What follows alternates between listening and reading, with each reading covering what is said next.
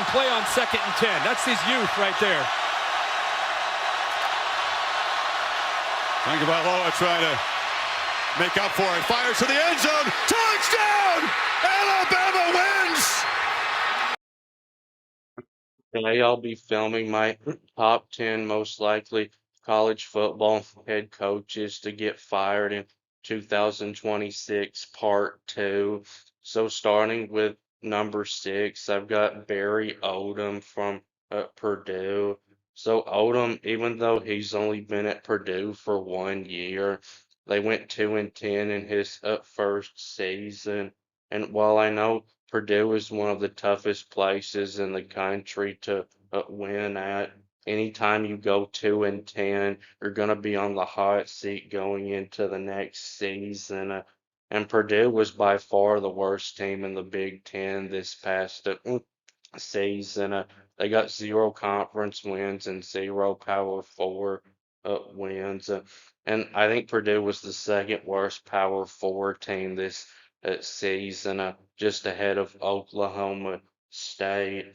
They had a non-existent offense that ranked 124th in scoring, and a non-existent defense that ranked 117th in points allowed.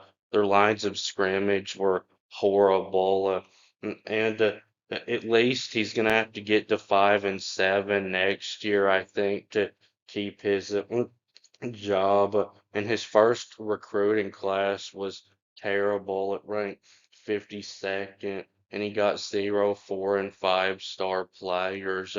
Now Purdue is a very tough place to recruit at, but this coach isn't making up for it in the portal.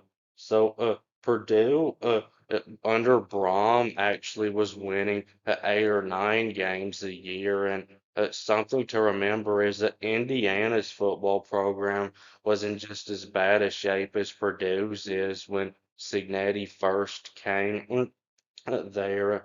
And the Vanderbilt coach just won 10 games there, and Vanderbilt's football program was also in just as bad a shape as Purdue's is. So Odom has been a head coach at 2 other schools. He was at Missouri for 4 years and got fired after a 500 record. And then he was at UNLV for 2 years. He actually did pretty well there, going 19-8. And he was actually the Mountain West Coach of the Year in 2024, and got a couple of Power 4 wins that year, which is what got him the Purdue job. But in his first year at Purdue, he did not exceed expectations at all. Bill O'Brien from Boston College. So O'Brien, before coming to Boston College, had one head coaching job in at college, and it was at Penn State. He took over for Joe Paterno, who's one of the best college football coaches of all time, and Penn State's best football coach ever. And his first year at Penn State was far better than expected, finishing at 8-4, and that's the most wins that any coach has gotten in their first season at Penn State. He was actually Big Ten Coach of the Year that year, but then his second year at Penn State wasn't as good, finishing 7-5. And then he left Penn State after that for the NFL, where he was a head coach for 7 seasons, but not a very good one. He ended up getting fired. So then he went to Alabama, where he was a really good offensive coordinator during those 2 Bryce Young years. And then in 2024, his first year at Boston College, it went okay. They finished 7-6. That's about where Boston College has usually been at. But his second season was terrible, finishing 2-10.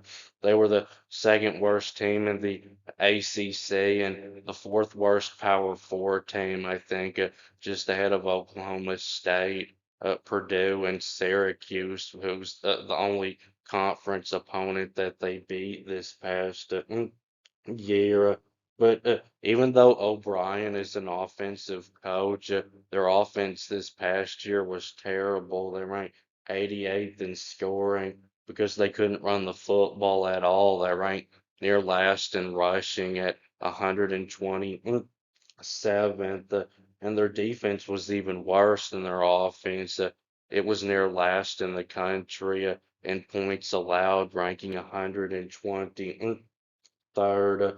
Now they threw the ball pretty well this past year, ranked 15th in passing.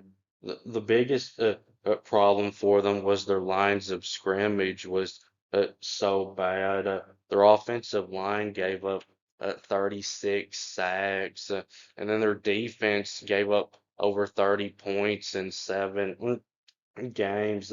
And O'Brien is losing his best offensive player from this past season, and one of the few good players he had on his team, a wide receiver, Lewis Bond, who is Boston College's all-time leader in catches. He had 88 catches for nearly 1,000 yards this past season. He's going to be really tough to replace. And Boston College is a very tough place to recruit at, and both of O'Brien's recruiting classes there have been terrible. 59th the first year and 55th the second year, and hasn't gotten any 4 or 5 star players in either year. And he's not doing well in the transfer portal to make up for it. And the biggest reason for the drop off in record in year two is their line of scrimmage play was a lot better in his first year than in his second year. And while in the ACC, you don't have to be great at the line of scrimmage to be good. You still have to be decent.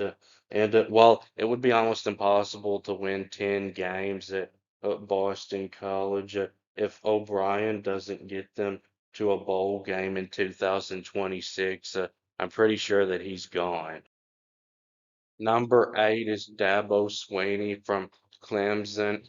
So you may be thinking, how could Dabo Swinney be on the hot seat when he's won 2 national championships? But football is more about the present than the past. And while Dabo Swinney is Clemson's best coach of all time, and at one time he was the second best coach in college football. Right now, I don't even know that he's a top 20 coach, and his national championships are not that recent anymore. And as impressive as it is to win a national championship, especially 2 and 3 years like he did, it's getting to the point that those national championships are not going to be enough for him to keep his job. Now, his 9 ACC championship wins is by far the most of any coach ever, and probably what saved his job this past season is that he had won the ACC the year before, because this was the best roster that he had had since the transfer portal had started, which is when Clemson football just started to decline because he refused to use the transfer portal to plug holes. And even though Clemson was recruiting really well at the time, when the portal started, it made it to where you can't really build the same depth that you could before off of recruiting. The refusal to use the transfer portal has made Clemson's recruiting fall off. But while they're still recruiting well, they had the 19th recruiting class this year. They used to recruit in the top 10 each year, but it appears that Sweeney finally has woken up about the transfer portal because he used it a little bit this past year, and then this year he's brought in 9 portal players, and he's fired Garrett Riley, the offensive coordinator, because their offense was below average this year when it should have been a top 10 offense. Cade Klubnik was a lot more like he was in 2023 than in 2024.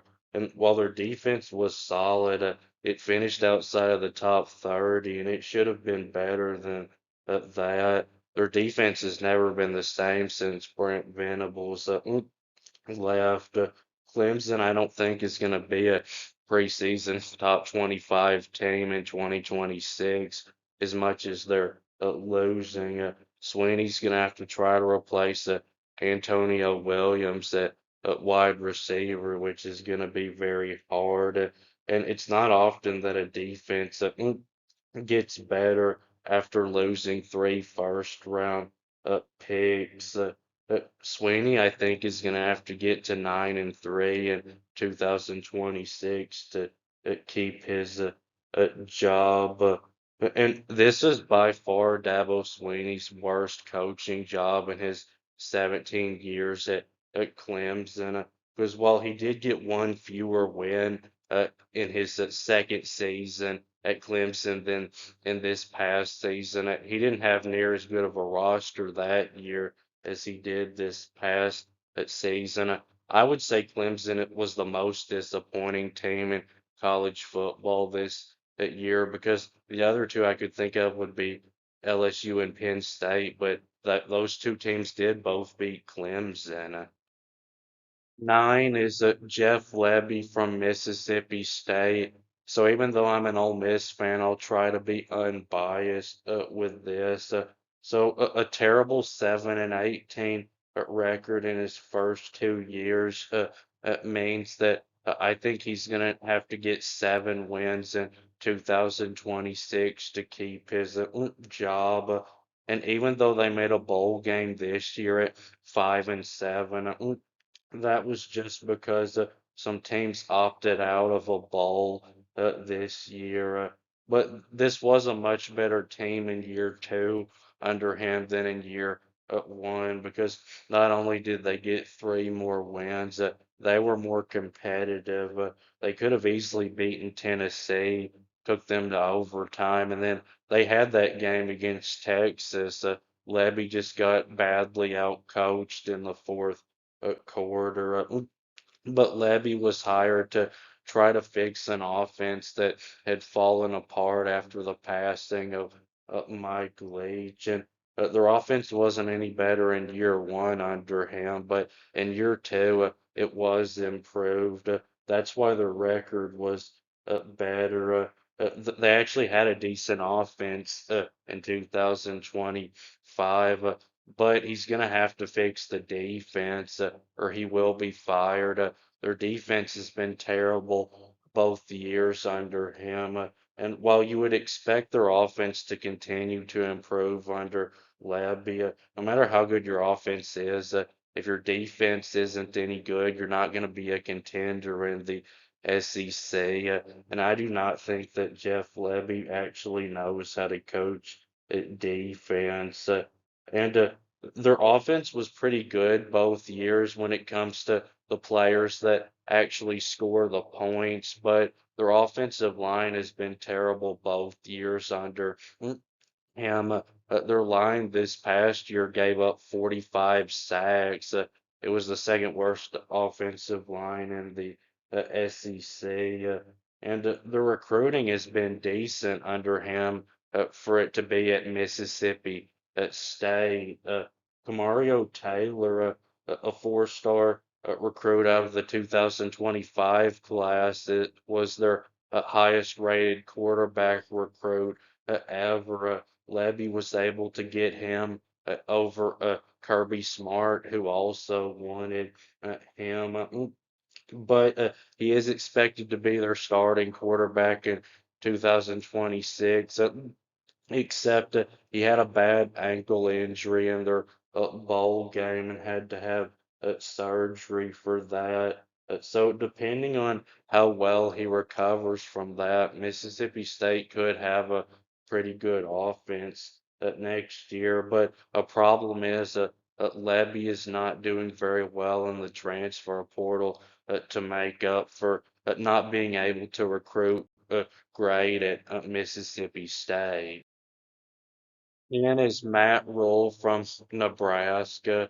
So Nebraska hired him to try to bring them back to national championship contention, but he's been there 3 years and they're still not even close to that.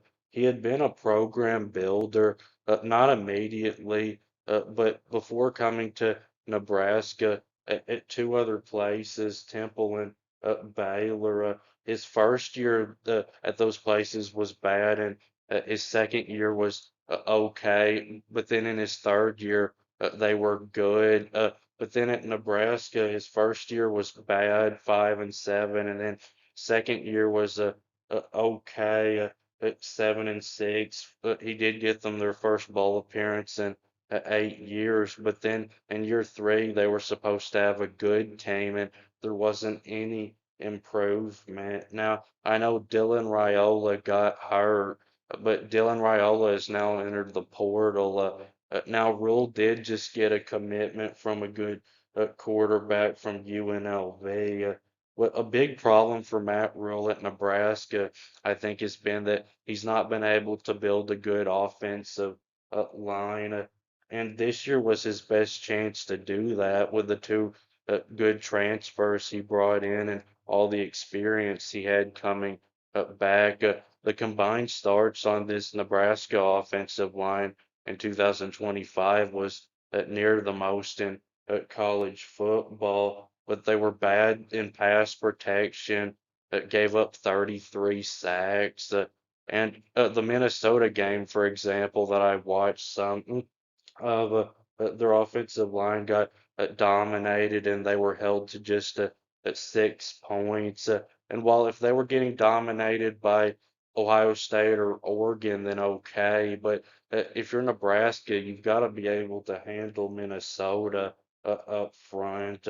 And this year's recruiting class was horrible, 95th in the country. That's unacceptable. In his first 2 years at Nebraska, the offense was terrible, but the defense was good and it kept them in most games. But then in year three, the offense was a little better, but still not good. And then their defense wasn't any good. Their defensive line was terrible. They couldn't stop the run. I think Rule is going to have to get to 9-3 and at 2026 to secure his job. But in the next couple of years, Nebraska, I know, is going to be expecting a college football playoff appearance. So that'll be it with this video. Please subscribe. Thanks for watching, and I'll be back soon.